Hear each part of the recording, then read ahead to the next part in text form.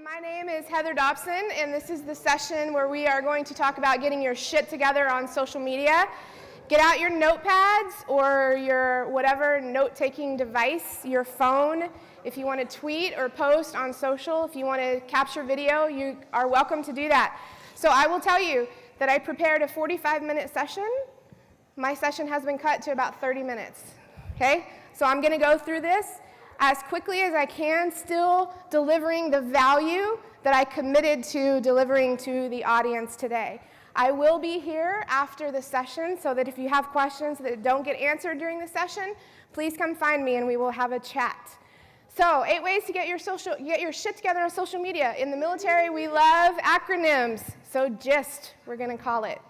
First of all, my name is Heather Dopson. That is not a picture of me because this is me. That is a picture of my awesome Belgian Malinois named Private Joker. My official title at GoDaddy is Controller of Chaos. GoDaddy is my daytime job. I am responsible for the engagement on all the social media channels that GoDaddy owns internationally.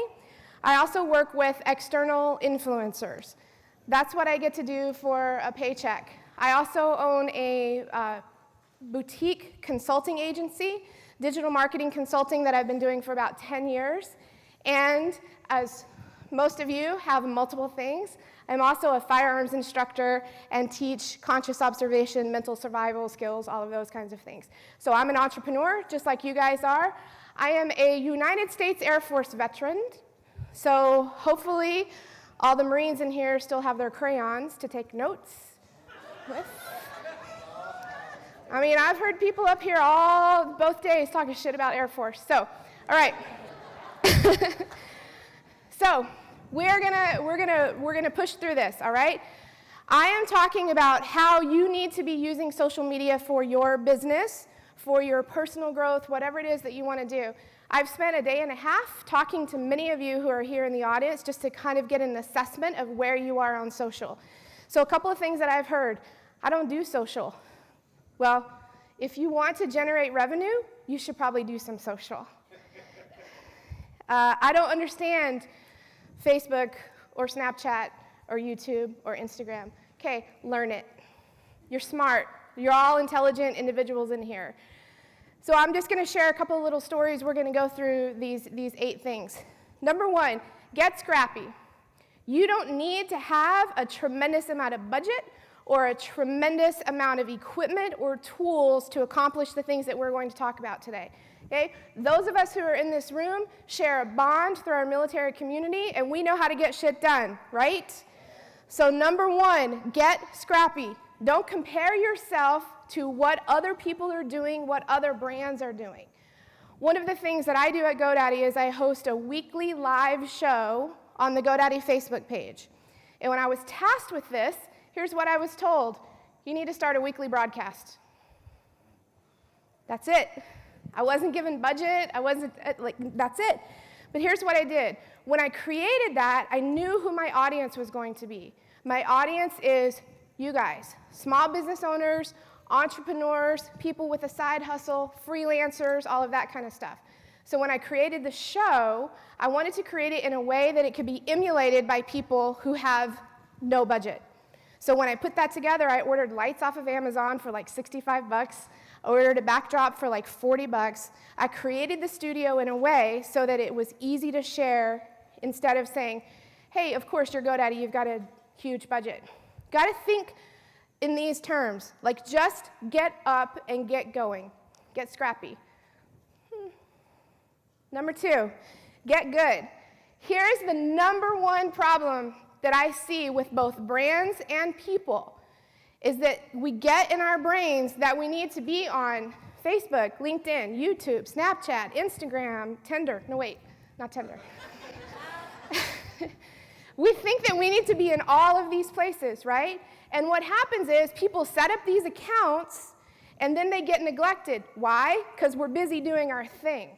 Most people in this room, social media is not your thing. Your thing is your thing. Coaching, nonprofits, whatever your thing is. So what I tell people is get really good at one instead of sucking at all of them. Some of you know I'm talking about you guys, right?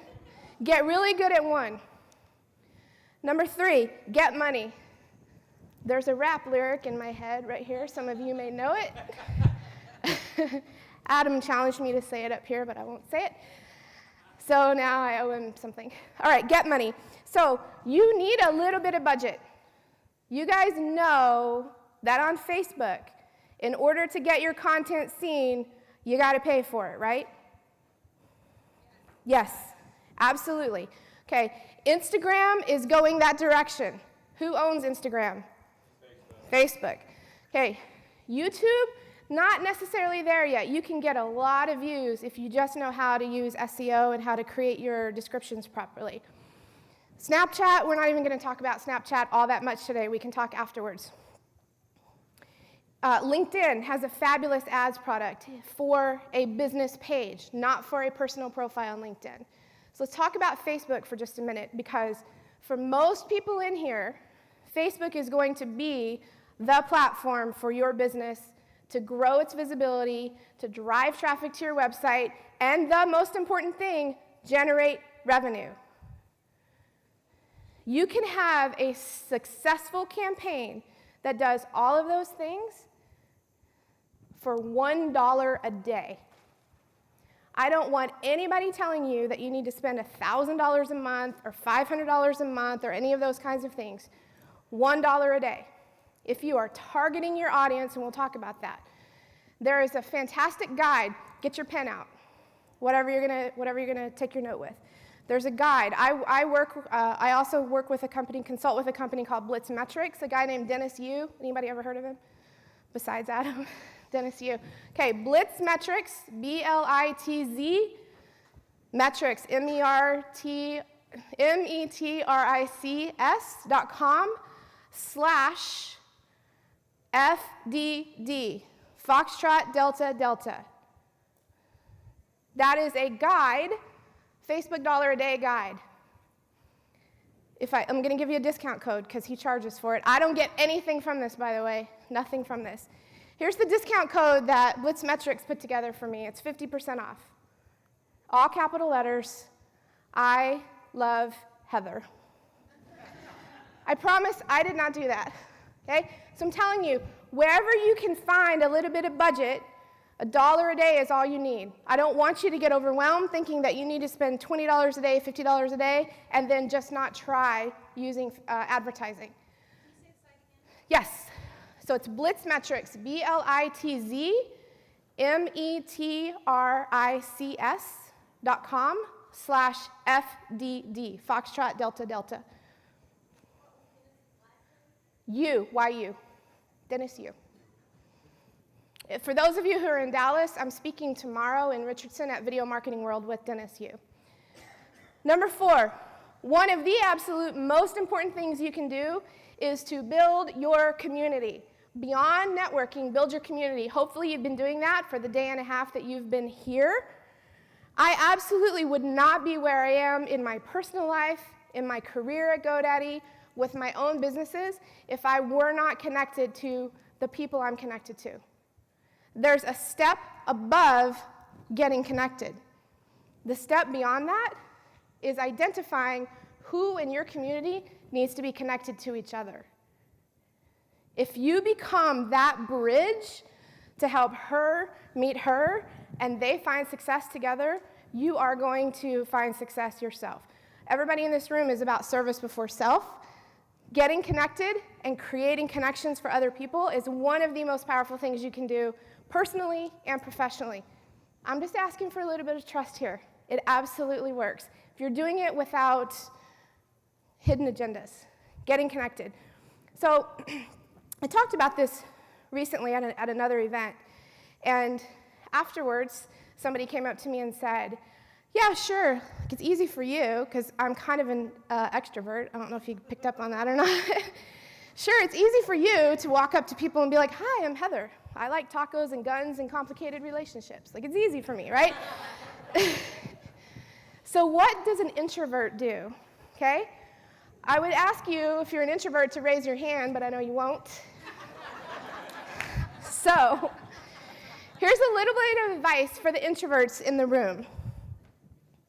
Start identifying the people who you want to connect with online, through their blogs, through their social presence, whatever it is, and then engage in conversation with them. If you comment on their blog posts, comment on a way that it moves the conversation forward or it contributes to the conversation, not just nice blog, okay? Create that conversation. The same thing on social. If you are following them on LinkedIn or on Facebook or on Twitter or Instagram, wherever, make sure that whatever you're engaging with creates some value. Or you are saying to them, hey, I really enjoyed that blog post about blah, blah, blah, blah, blah. Thanks for writing it. Something along those lines. Then when you start going to more events, because I think everybody in here probably understands that events are really important, when you go to more events, seek out those people. Figure out what events they are going to be at, go to those events, strike up conversations with them. When you do that, and you say, hi, my name is Heather, I read your blog post on awesome hair colors. Yeah. Then, because you've already been engaging with them, they're going to recognize you. They're going to recognize that, okay? So this is, I recommend that for everybody, not just for introverts, but that's a little super power tip for people who are not so into coming to an event and just walking into a room like this and talking to people. Before you go to an event, use the event apps, whatever this is. If there's an online registration that shows who is attending the event, that's a target-rich environment, man. Go on there, identify 3 to 5 people that you are bound and determined to meet there, and then seek them out. It's much easier to go in with a plan than to walk into a room and not have any idea who is going to be there. All right, number 5, get measured.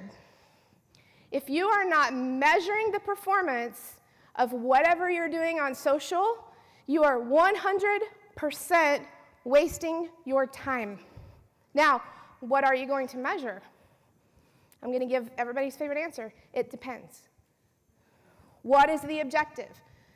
From the perspective of marketing, when I create marketing plans and strategies, number 1 is the objective. Number 2 is the strategy. Number 3 are the tactics. So once you've identified your objective, then you can determine what needs to be measured. Maybe you're measuring how many click-throughs you're getting from a Facebook post to your website. Maybe you're measuring your website, how many click-through from an email, how many click-throughs are going from your email to a website. At some point, you need to be measuring conversions. If they clicked on the email, if they clicked on the link, did they actually purchase something? What was the behavior? If you do not have measurement, you are wasting your time. Number 6, get content. Content is a word that strikes fear in the hearts of the strongest men I know. When I say, you need to write some shit. You need to make some videos. What am I going to talk about? Number 1, people think nobody cares what I have to say. And I'm here to tell you that's bullshit. People care. If you have the passion and you care enough to say it, you are going to find an audience. But you have to get the content out there. So people say, where do I get ideas about my content? I'm going to give you a couple of suggestions. I don't know what everybody's products and services are here, so it's a little bit more challenging than if I were at an industry conference speaking about this. Have you guys heard of Quora? Quora. Okay, definitely the bloggers, the content creators in the room have heard of Quora. Quora is a place where people go ask questions, and then people answer them. Anybody can go ask, and the range of questions on there is amazing. But this is, what did you say? Mind-boggling, yes. But this is a great research tool for you to go and see what are the kinds of questions that people are asking that might be related to my industry, or maybe secondary or tertiary to my industry. What sparks my thoughts there so that I can go write a blog post, shoot a video, write a Facebook post, write a LinkedIn long-form piece of content about that particular question. The other thing is if you have a product whether it's a digital product or a hard product, think about what are the FAQs? What are the frequently asked questions? I have a friend who, one of the things he manufactures is EDC belts, everyday carry belts. And people constantly ask him, how do I measure my waist to make sure I get the right size? And he used to respond to them every single time. So instead, he just created a little video showing here's exactly how you measure your waist for this belt. Same for his dog collar. So think about the questions that people are asking you all the time. Go to your competitors' websites and social media sites and see what the complaints are that people have about your competitors. And then create content that addresses those pain points. That's a good one, huh? Yeah. There is never any shortage of content. I was talking to Chris Hoffman yesterday, and he talked about they were walking from their Airbnb to the hotel here, turned on Facebook Live, turned on Facebook Live, recorded a video talking about a very particular subject that he covers with his veteran training stuff. That's creating content, you guys. It's not complicated. It's not. Number 7, get clarity. Okay, in your head, I want you to think of your answer to this question when I ask it. Who is your target audience? I'm not going to call anybody, don't worry. Who is your target audience?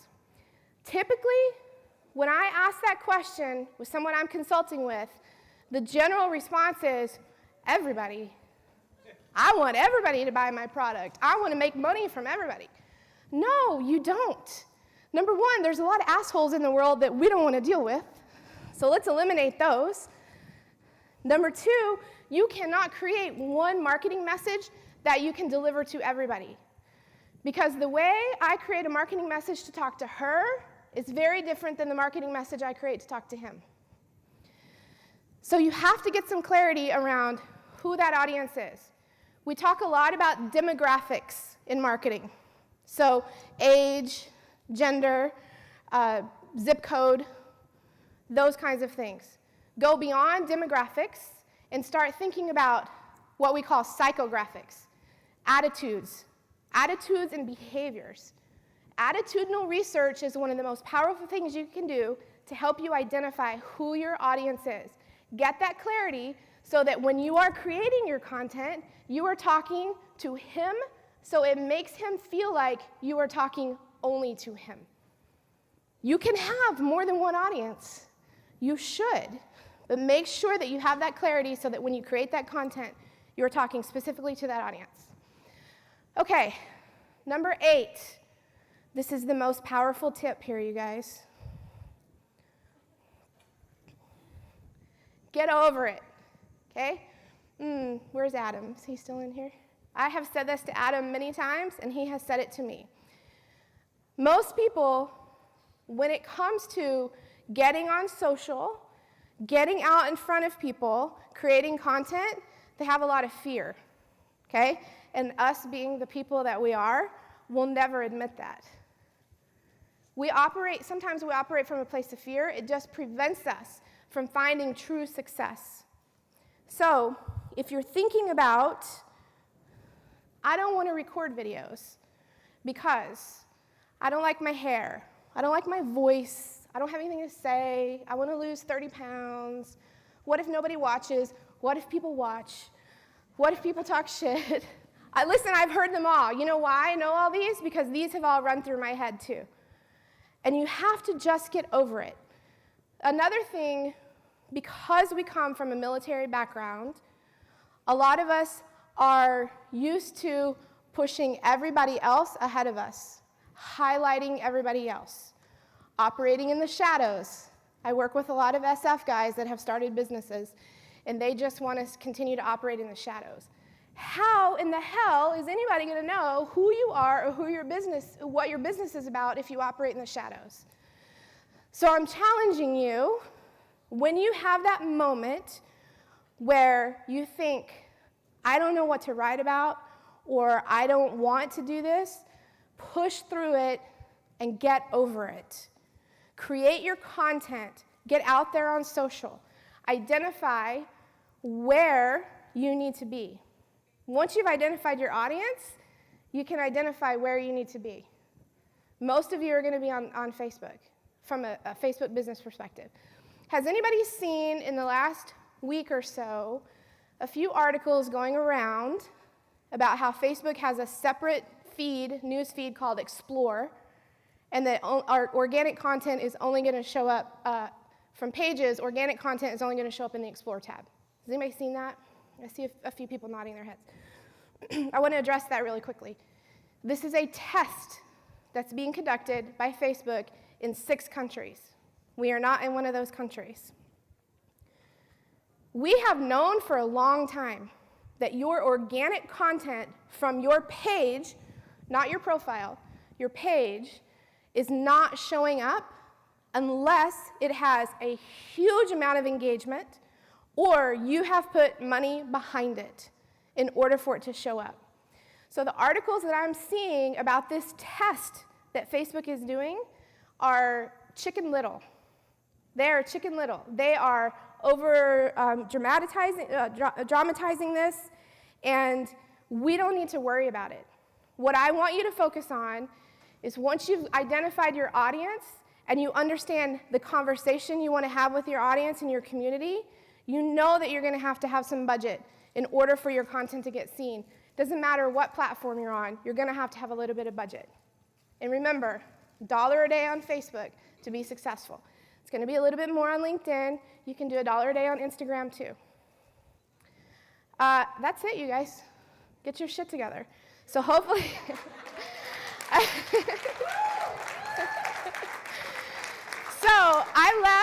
hopefully I left 5 minutes for questions because I knew that there were going to be some, or I thought there might be some questions. So yes, ma'am. Okay, down and dirty on hashtags. Yes. Okay. All right. So let's talk about hashtags for a minute. What a hashtag does, when you put the hashtag in front of whatever word or phrase or number or whatever, what that does is that allows that conversation to be consolidated into one location. So if we go on Twitter and we search hashtag millblogging17, you are going to see everybody's conversations with that hashtag in it, even if you don't follow them on Twitter or on Facebook or on Instagram. Now, I will tell you that primarily you should be using hashtags on Twitter and absolutely on Instagram. The reason why you want to use hashtags on these 2 platforms is because it is a way for your content to be discovered by people who would not normally see it. So think about when you're creating your posts, what are those communities, what are those hashtags that other people are using? For most of you, if you've used Instagram and you start typing a hashtag, you'll see how many other hashtags there are on Instagram, how many other uses of that hashtag there are on Instagram. Some people only go on Instagram and search by hashtag. This is how you get your content seen by other people. On Facebook, do hashtags work on Facebook? Yes, but most people don't use Facebook that way. Typically, when I use a hashtag on Facebook, it's some type of smart-ass commentary, like hashtag, right? Okay. And you can use hashtags on LinkedIn, but nobody uses it that way on LinkedIn. Okay? Creating your own? Yeah. You got to start somewhere. It's totally fine to create your own. At one point, there was no such thing. Well, millblogging17 was created specifically for this event, and then a lot of people started using it. But if you have a brand, does anybody in here have a physical product? Okay, so a physical product, this is a great way to use a hashtag. If you send a product or somebody buys your product, put a little card in there that says, hey, if you love Bottle Breacher, just use them as an example. If you love Bottle Breacher, take a picture, share it on social, and use hashtag Bottle Breacher or hashtag bottoms up or whatever. This is a way that you can start building conversations around your hashtag, and then if you come up with something cute and clever and quirky, other people will start using it too. Yes, ma'am? Following up on that. Yeah. I read something that they ghost hashtags. that they ghost some hashtags on Instagram, because I used some hashtags like last week, and I went to go see where they were, and they didn't show up. Yeah, so she's talking about ghosting hashtags on Instagram. So that's really a function of the algorithm of Instagram. So a lot of people use a lot of hashtags on Instagram, and so when they're updating the servers, sometimes that server where that, I know it sounds really weird and geeky, you guys, but where that hashtag lives on a server might not have updated or refreshed. I would be willing to bet, that was a couple of weeks ago, I would be willing to bet that if you went back, it will be there now. This is why I tell people about social media. Everything works about 80% of the time, about 75% of the way it's supposed to work. So if you're having a problem posting on Facebook or doing something on Instagram or doing something on LinkedIn, here's my advice to you. Close your computer, put your phone down, go hug somebody you love, and go outside and play. When you come back, it'll probably be fixed. How do you determine which social media avenue is the right one for you? So her question was, how do you determine what social media avenue is right for you? He was running up here. Yeah, it's a great question, and it's challenging. If you're identifying your audience, figure out where your audience is, mostly. As I've said repeatedly, for most people in here, utilizing Facebook business pages, Facebook pages, is going to be very smart because you're able to target. Man, I could lock you in here and we could talk about Facebook advertising for 2 weeks, and you guys would be like, your mind would be blown. So Facebook is going to be really powerful. Instagram can also be really powerful. I will say to you that it is my firm belief that every single one of you in here should have a totally pimped out LinkedIn profile. Every person in here. Yeah, for the template, Josh said follow his. Every person in here. Now, I'm not saying that your company needs to have a LinkedIn business page, but you definitely need to have a pimped out LinkedIn profile. We can talk more about like what your stuff is, and we'll figure it out. Yes, sir. Quick guide on, can you give a quick breakdown for like social media? How many posts a day for Facebook, Instagram, that kind of thing? Ooh, that's a good question. How often should I be posting? It depends. Okay, not really. I would get into the habit of daily posting. The most important thing that you can do on social is to engage, respond. So when people are commenting on your posts or your Instagram pictures, respond to them. They have taken the time to have a conversation with you. You can take a minute to say thank you or to continue that conversation. I know it sounds challenging, but to get in the habit of posting every day. When you have a post that is getting more traction than some of your other posts, it's got more likes, maybe a couple people have shared it, it's performing a little bit better than anything else organically, that's the moment you know, I need to put a little bit of money behind this to make sure that it gets seen by more people. You can use some tools to help you schedule posts. I'm a fan of scheduling posts. I am not a fan of complete automation. Because what happens is, if I go look at your Twitter account or I go look at your Facebook page and I just see that all that's happening is all these things are automatically being posted, I know that you are not engaged with your community and I am not going to connect with you. The other thing with scheduling tools, please stop doing this, you guys. Please stop writing one post and posting the exact same thing on your LinkedIn, on your Twitter, on your Facebook, on your Instagram. Please stop doing that. The way you create compelling content for Facebook is different than the way you do it for Instagram. It's different than the way you do it for LinkedIn. Don't take the shortcuts. Kind of like this, so also with Instagram, do not ask for it to be posted to both places.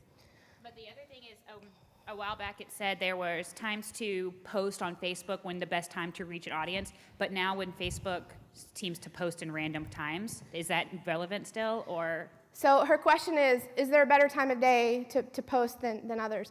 Maybe. You have to think about who your audience is.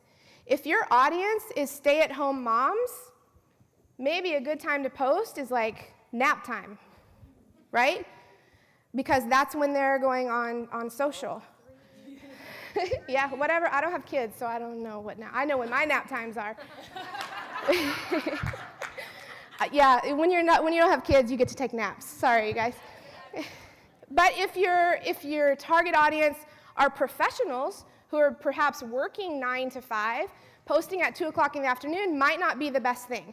So a lot of those studies are based on industry, but they're not based on your audience. Great question, though. Chris? Yes, so Facebook groups. I have a pretty big Facebook group with Veteran Empowerment Transition. I've grown it through my Facebook Live show. And I'm not getting much engagement. It's growing, and I want more engagement there. I'm doing like the whole Moto Monday, Get Some Tuesday posts and banner ads, but it gets really like repetitive. And I want to know how I get more engagement on my Facebook group. So in your group, your posts, so people are not necessarily engaging with your posts, are they commenting in your group, or is it just mostly you? Okay, so I would ask the questions, not even through a video, because not everybody consumes video. We want a healthy mixture. Video is going to blow all of the Facebook algorithm out of the water. Facebook prefers video, but not everybody watches video. I produce more video than I consume video. Some people just want to read, right? Like I want it to be quiet, I want to read. So create some posts that are asking the people questions, because what you may not know right now is what your audience wants.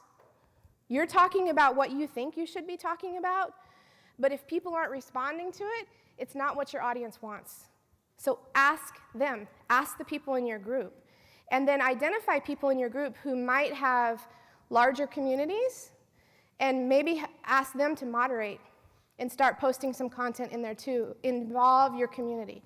Remember, everything we do, team effort. What did Dan say yesterday? I can't do it, but we can do it. Approach that with your communities as well. Okay, a couple more questions.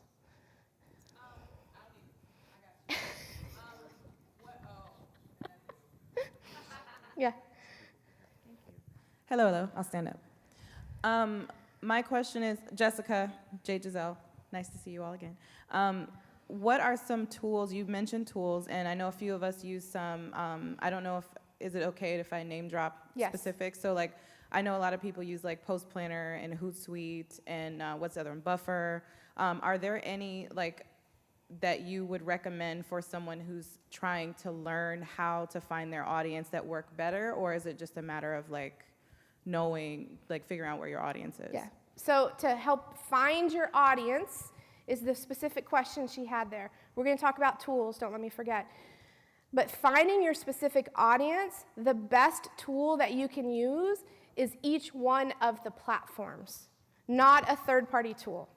But if you go on Twitter and you start researching hashtags, or you start looking at Twitter lists, or you start looking at Twitter chats to identify where your audience is, or if you go on Facebook and you start looking at Facebook groups, you can look at hashtags, look at who's following the pages of people who you are connected to. You can look at who's following the pages of your competitors too, but also who's following Blue Star Families and who's following USAA.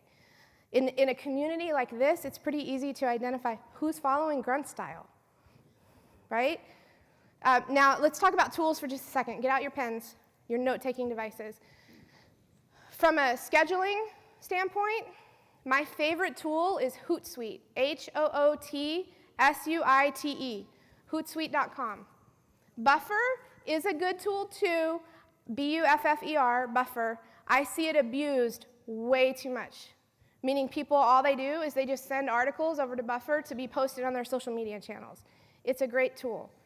What was the other one you said? Oh, Post Planner. Post Planner, I love Post Planner. Love Post Planner. It's a really great tool. On your Facebook page, your page, not your profile, it also natively allows you to schedule. You can schedule your posts. Let's talk about content tools for just a second, because I forgot to cover this. If you are currently going and doing Google image search, finding a picture, downloading it, and using that for your blog or for your website, stop. Stop and delete it, right, if you've done it in the past. Like, you can very seriously be violating some copyright laws. You can get yourself in trouble. But I don't take pictures, or I don't want to pay for stock photography. Okay, here's a place for you. Unsplash. UNSPLASH, unsplash.com. Royalty-free photography that is beautiful and amazing. If you want to create your own images, Canva. Yes. Woo, yeah. Canva's amazing. Canva, CANVA.com. Mostly free. If you happen to like one of their pictures, it costs $1 to use it. Canva. Adobe Spark. Anybody use Adobe Spark? Okay, Adobe Spark. It's free for images and videos both. Yeah, she said Google free stock photography. You can. Lumen 5. Yes, Lumen 5 is really Lumen, number 5. Lumen 5. Okay, one more question over here. Yes, ma'am, in the pink shirt, black jacket.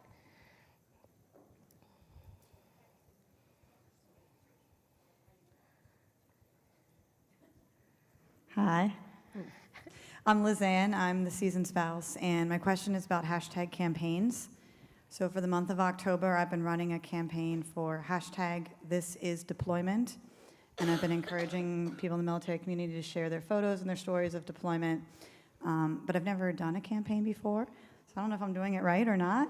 So I'm just wondering if you want to create your own hashtag and you want it to reach your audience and get the maximum exposure, what are some good strategies for doing that? So are you using that hashtag on Instagram or on Twitter or where? All of the above.